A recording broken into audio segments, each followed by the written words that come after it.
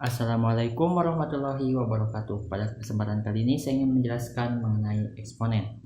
Eksponen itu berarti pangkat atau biasa kita sebut dengan bilangan berpangkat. Oke, untuk mempelajari eksponen kita perlu mengerti sifat-sifat eksponen. Bukan dihafal, tapi dimengerti dan dipahami. Oke, sifat yang pertama. Kalau ada sebuah eksponen dipangkat, berarti misalkan A pangkat N itu sebenarnya adalah A dikali A sebanyak N. Misal saya mempunyai 2 pangkat 3, maka berarti 2 ini dikali dengan 2 dikali dengan 2 sebanyak 1, 2, 3 kali. Nah, sekarang sifat yang kedua. Kalau A pangkat min N atau dia misalkan berpangkat negatif, maka caranya adalah gini. Misalkan saya punya 2 pangkat min 3, maka caranya adalah dibuat dengan 1/2 nya turun ke bawah. Karena pangkatnya tadi di atas dia negatif, karena sudah dibuat dengan 1/, maka di sini menjadi positif. Jadi 1/2 pangkat 3. Oke, sekarang sifat ketiga. A pangkat 0 itu sama dengan 1. Perlu dimengerti bahwa berapapun bilangannya, asalkan bilangan pokoknya itu bukan 0, maka dia hasilnya akan 1. Misal saya punya 2 pangkat 0, maka dia 1. Saya punya 100 pangkat 0, dia 1. Kemudian saya punya 1000 pangkat 0, maka dia tetap 1. Berapapun bilangannya, kalau dia di pangkat 0, maka tetap 1. Oke, keempat. Sekarang kalau dia bentuknya adalah perkalian. Bentuknya perkalian, maka caranya begini. Misal saya punya 2 pangkat 2 dikali dengan 2 pangkat 3. Silahkan perhatikan bahwa di sini yang menjadi bilangan pokoknya sama, yaitu 2. Maka kalau bilangan pokoknya sama, maka pangkatnya kalau dia perkalian tinggal dijumlah. 2 pangkat 2 ditambah 3 sama dengan 2 pangkat 5. Nah, begitupun berlaku sebaliknya. Misalkan saya punya 2 pangkat 2 ditambah dengan 2 pangkat 3. Karena dia di sini merupakan penjumlahan, maka pangkatnya dikali, yaitu 2 dikali 3 sama dengan 2 pangkat 6. Oke, sekarang sifat kelima. Kalau ada pengurangan, maka dia pembagian. Kalau dia pembagian menjadi pengurangan. Sama seperti tadi, kalau dia berupa perkalian, maka pangkatnya menjadi penjumlahan. Kalau dia penjumlahan, pangkatnya menjadi perkalian.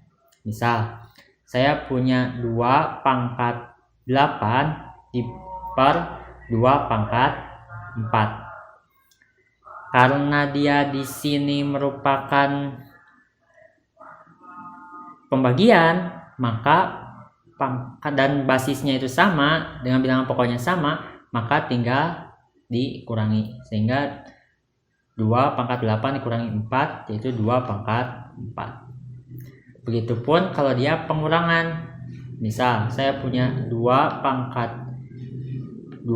4 dikurangi 2 pangkat 2. Karena dia di sini merupakan pengurangan, maka dia menjadi pangkatnya dibagi dan basisnya sama, yaitu 2 pangkat 4 dibagi 2 sama dengan 2 pangkat 2. Oke.